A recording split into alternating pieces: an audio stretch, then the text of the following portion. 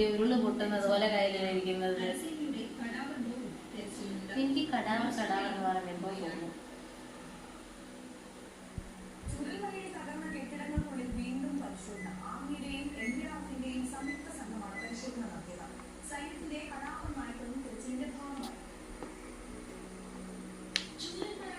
Aishu hand wash ചെയ്യ്.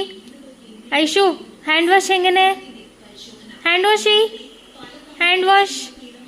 Hand wash എങ്ങനെ Aishu? Aishu hand wash ചെയ്യ്. മോച്ചിമ്മക്ക് കാണിച്ചു കൊടുക്ക്.